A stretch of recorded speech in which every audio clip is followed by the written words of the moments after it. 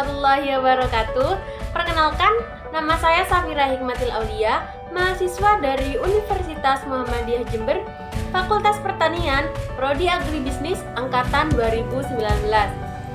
Saya di sini akan menyampaikan hasil resum sebagai pemenuhan tugas kewirausahaan yang diampu oleh dosen saya, Ibu Fevi Nurdiana Wijayanti SPMP. Baiklah, saya di sini akan menjelaskan tentang 6 konsep pemasaran. Yang pertama, ada konsep produksi. Yang kedua, ada konsep produk. Yang ketiga, ada konsep penjualan. Yang keempat, ada konsep pemasaran. Yang kelima, ada konsep pemasaran berwawasan sosial. Dan yang terakhir atau yang keenam, ada konsep pemasaran holistik.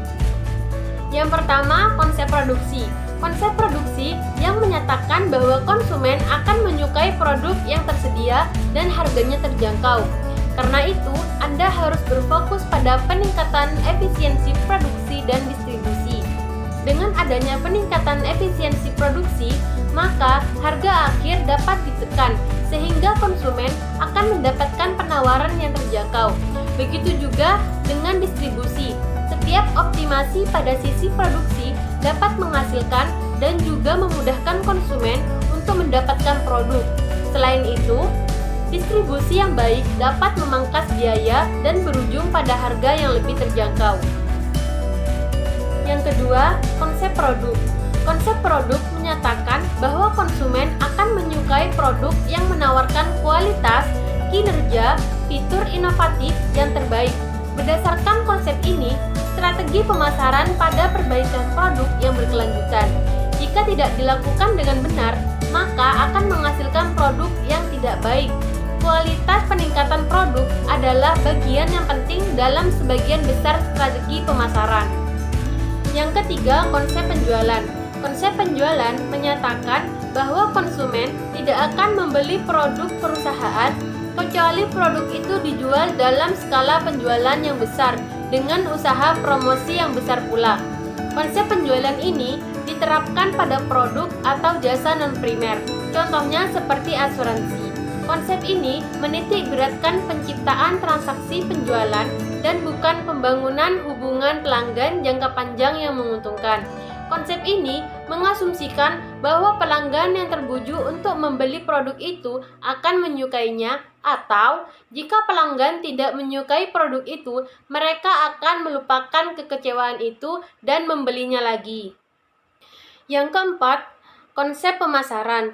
Philip Kotler dan Gray Armstrong menyatakan bahwa dalam konsep ini, pencapaian tujuan organisasi tergantung pada pengetahuan akan kebutuhan dan keinginan target pasar dan memberikan kepuasan yang diinginkan dengan lebih baik daripada pesaing.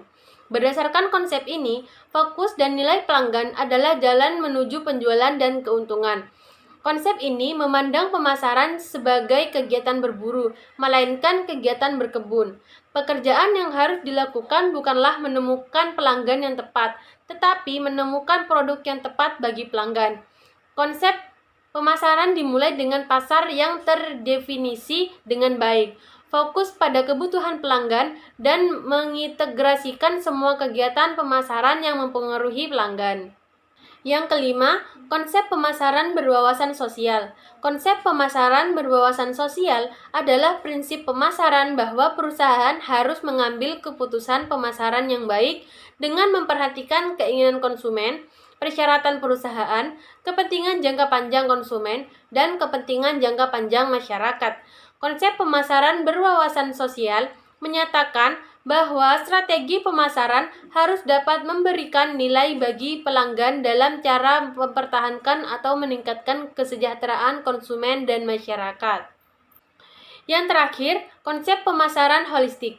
Konsep pemasaran holistik adalah strategi pemasaran yang mempertimbangkan bisnis secara keseluruhan dan bukan sebagai entitas dengan berbagai bagian yang berbeda. Menurut konsep ini, jika sebuah bisnis dibuat dari berbagai departemen tersebut harus bersatu untuk memproyeksikan citra bisnis yang positif dan bersatu di benak pelanggan. Ada 4 pilar dalam konsep pemasaran holistik, yaitu yang pertama, pemasaran hubungan, yang kedua, pemasaran terintegrasi, yang ketiga, pemasaran internal, dan yang keempat, pemasaran kinerja. Sekian yang dapat saya sampaikan, kurang lebihnya mohon maaf. Wassalamualaikum warahmatullahi wabarakatuh.